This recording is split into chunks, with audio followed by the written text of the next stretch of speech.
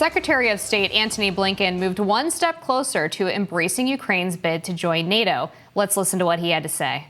Ukraine, the determination of every country represented here at NATO remains rock solid.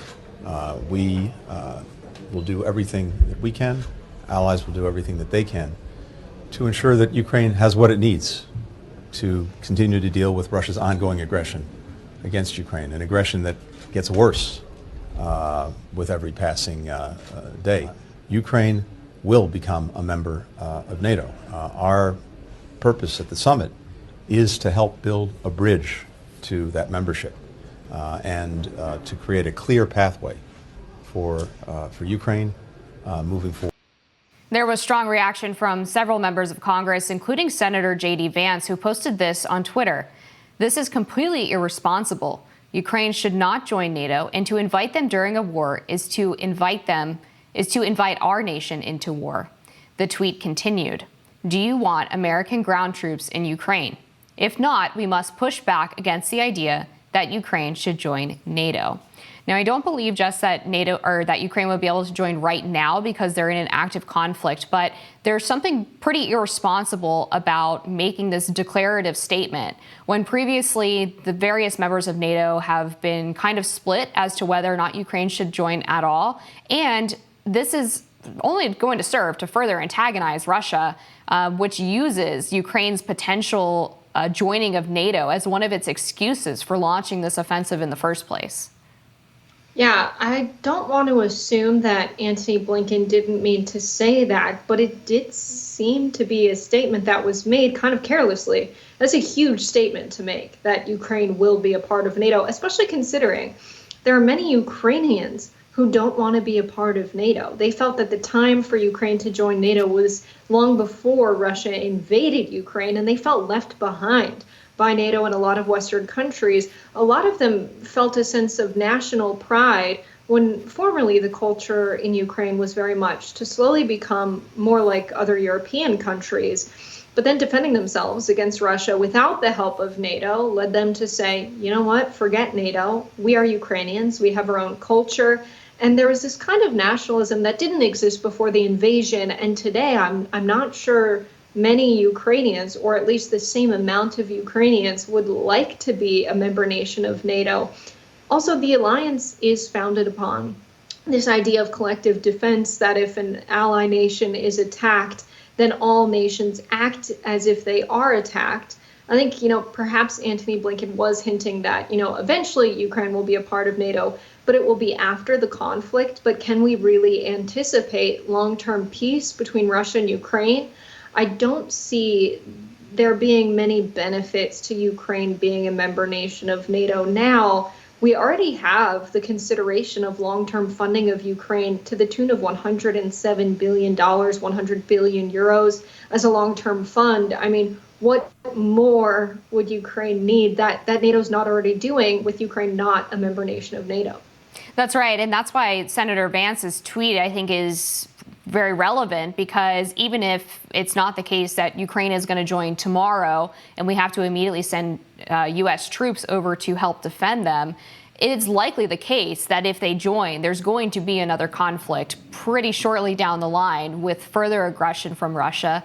And the United States will then have an obligation to get involved in that. And there's simply not an appetite for that among the American people. They don't feel that Ukraine is as enough of a strategic interest for the United States for their kids to go and spill blood for that country.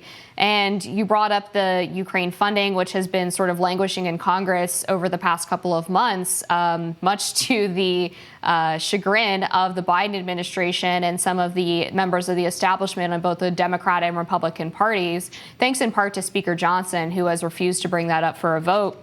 But he's now suggesting that we either give Ukraine a loan or we take seized Russian assets from sanctions and use that to fund the war effort. And I think that sort of misses the point, because Bree brought up, earlier this week, and what I thought was an important point, which is that the longer you continue to fund Ukraine with American dollars and weaponry, you're only prolonging a conflict that inevitably is going to end in some kind of negotiation and costing more lives in the process. So there's not just a fiscal responsibility component to deciding to give Ukraine billions and billions of more dollars, but there's also the component of whether or not it's even wise to do so if what you really want is an expeditious and fair conclusion to the conflict without continuing to have so many Ukrainians killed that they basically have elderly people joining the military in the hopes of trying to defend their land.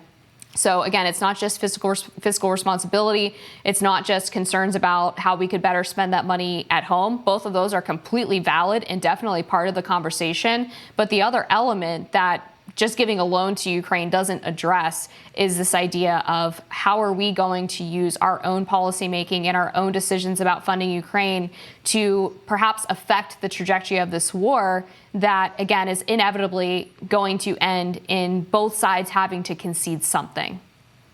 Right. The assumption that perhaps Ukraine joining NATO will reverse the situation for Ukraine and Russia is probably misled. This idea that NATO has an open door policy, if you will, that if a nation meets the standards of joining NATO, they are free to join. But also, you know, the original treaty does say that it has to be in the interest of North Atlantic security. And there are some questions about, you know, security being in question if Ukraine joins NATO. Will this prolong the war in Ukraine and further jeopardize neighboring European countries?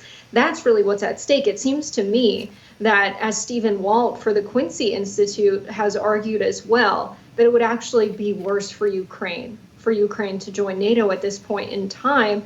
And there is a world where it's okay, let's collectively send some funding to Ukraine because it is in Western interest to not have Russia at our doorstep. But simultaneously, you know, Ukraine doesn't need to be or should not be, for security reasons, a member of NATO. So it does seem reckless for Blinken to say this. It does seem to be more of the old same policies of, oh my God, Russia bad, we're going to be very reactionary about this. I think it's really time to be a realist when it comes to foreign policy and for the United States to change their tune and not act as if they have unquestionable power. We have the largest military in the world, but I think, you know, it is a powerful thing to do to consider long-term peace over short-term goals that may not be promised even if Ukraine joins NATO. Yeah, and I still have not heard from a single person asking for this additional $10-20 billion, or I guess now we've already given $100 billion plus to Ukraine. Not a single one of them has indicated what dollar amount do we have to give in order for Ukraine to have a chance at winning this war. And I mean, the obvious answer, based on all of the people that we've interviewed on this show about this conflict, there's simply not a reasonable or realistic path to victory for Ukraine at this point. And so again, we're just prolonging the conflict. I think there definitely need to be more questions asked to the White House and the State Department about what Blinken said, because this is a departure from what they've said and what the president has said previously. President Joe Biden said in an interview previously, when asked about Ukraine joining NATO, that they weren't ready yet, that they had these steps that they had to take to basically qualify and to get the NATO coalition to accept them as a member. And so I want to know what's changed between then and now, such that Blinken is now saying, no, they're going to be a member. Basically, it's a question of when, not if. Again, what changed on Ukraine's side, or what changed in the American posture such that we're now saying, oh, no, they're going to be in, as opposed to they've got a ways to go? Right. Yeah. Last spring, they were very optimistic about the counteroffensive, and they turned out to be wrong. So if this is a situation, again, where they're optimistic about the counteroffensive and they end up being wrong, and this makes matters worse, it's going to put the United States and Ukraine in a worse position. We're going to continue to follow this. More Rising after this.